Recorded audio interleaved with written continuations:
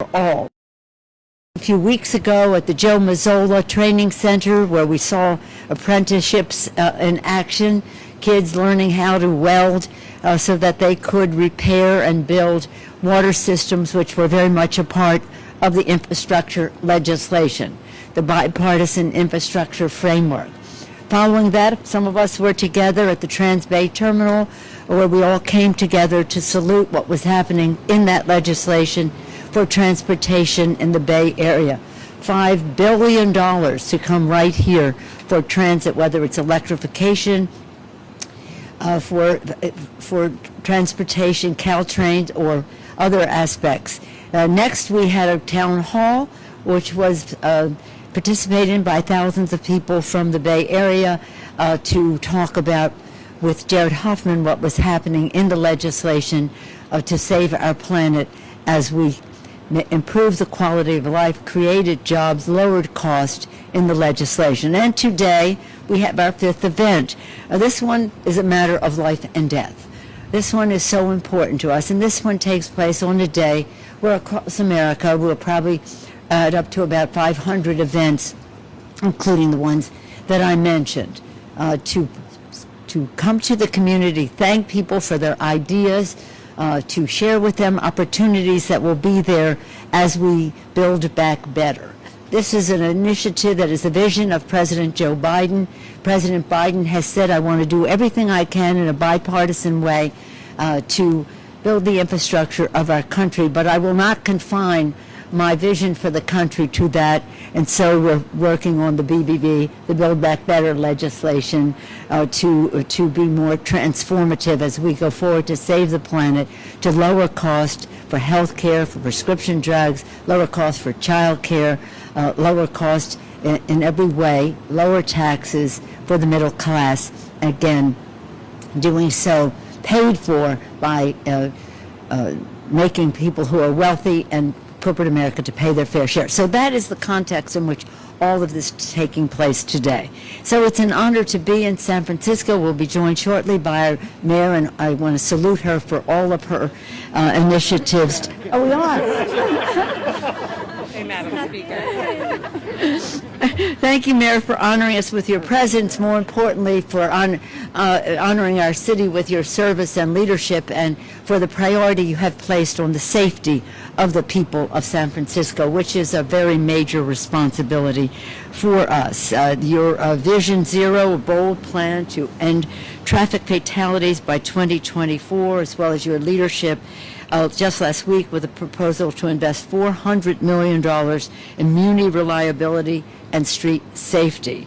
I salute you for that, and I know you join me in saluting our Bay Area colleagues who are here, who are going to be making their presentations. Jody Medeiros, Executive Director of Walk San Francisco, Janice Lee, Advocate Director for San Francisco Bicycle Coalition, and we'll be hearing by our, I know you will agree, our VIP today is Julie Nicholson, who survived a terrible traffic injury on our streets here in San Francisco, and whose extraordinary courage and resilience inspire us all. And she will be speaking and representing the voices of so many of those who are here, Families for Safe Streets.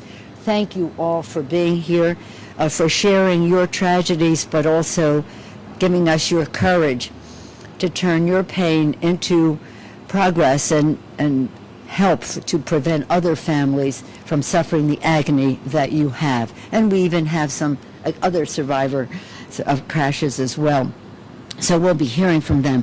But first, as I put us in context of what this is, a drumbeat across America to make sure this happens, I'll talk to you now a little bit before I then have the privilege of yielding, not only yielding, but praising our mayor once again. Here's what this is about, Madam Mayor and all. The Bay Area has long seen more of its fair share of heartbreaking traffic deaths. You all are here as eloquent testimony. Folks, there's a lot of good news that you want to know about the fourth stimulus check, so be sure to stay until the end of the video. Joe Manchin on Capitol Hill commanded a spotlight this week, as he similarly did throughout the year, Shutting from one meeting to the next, Joe Manchin of West Virginia is a swing vote who holds the power to sink Biden's economic agenda with a thumbs down. Democrats started out with an initial $3.5 trillion package, but slashed their ambitions to satisfy the fiscal restraint of Manchin and Senator Curtis and Emma. The resulting $2 trillion bill that cleared the House after a lengthy stretch doesn't have their votes either. All 50 Senate Democrats must come together around a plan to overcome fierce Republican opposition and muscle it through the evenly divided chamber. Now, despite their intense lobbying efforts, Democrats in the White House don't seem any closer to getting Manchin on board. Instead, he's grown only publicly skeptical about its size and scope.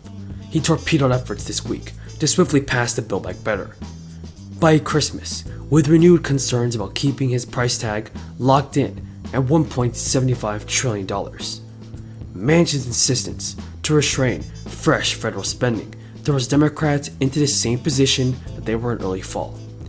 Biden's spending bill will likely face a chopping block to ensure that the cost of the plan does not crash through Manchin's self-imposed ceiling, forcing Democrats to go big on only a few of their items. Now, the legislation, now stalled in the Senate, would amount to the largest expansion of the American safety net in a generation. It would set up a universal pre-K, renew monthly child tax credit payments, and establish federal subsidies. The party's narrow House and Senate majorities sets up a bumpy path to final passage, since no Democrat will want to see their cherished priority jettisoned. Now, the House legislation contains a large amount of programs meant to expire, a tactic employed to keep the price tag low and attract moderate support. Both the Affordable Child Care and Universal Pre-K measures run only 6 years. Generous Affordable Care Act subsidies expire in 2025, and many remain wary of contemplating painful cuts necessary to gain support from Manchin. Elizabeth Warren said in an interview, "I'm not going to suggest that there's parts that can be thrown overboard. Everything in that bill has strong supporters on the Democratic side." Now, a fourth stimulus check from the government could take one or two forms: monthly checks in fairly small amounts, or one-time payments of up to $2,000. Both options have been put forward by legislators in Congress as follow-ups to the third round of crisis payments. Now, the fourth stimulus check amount depends on several factors. It would probably look similar to the previous checks, and the third stimulus check timeline happened rather quickly following Biden's inauguration. So, thank you again for your support. If you have any more questions about the fourth stimulus check, be sure to leave them in the comments below. And until next time, have a great day.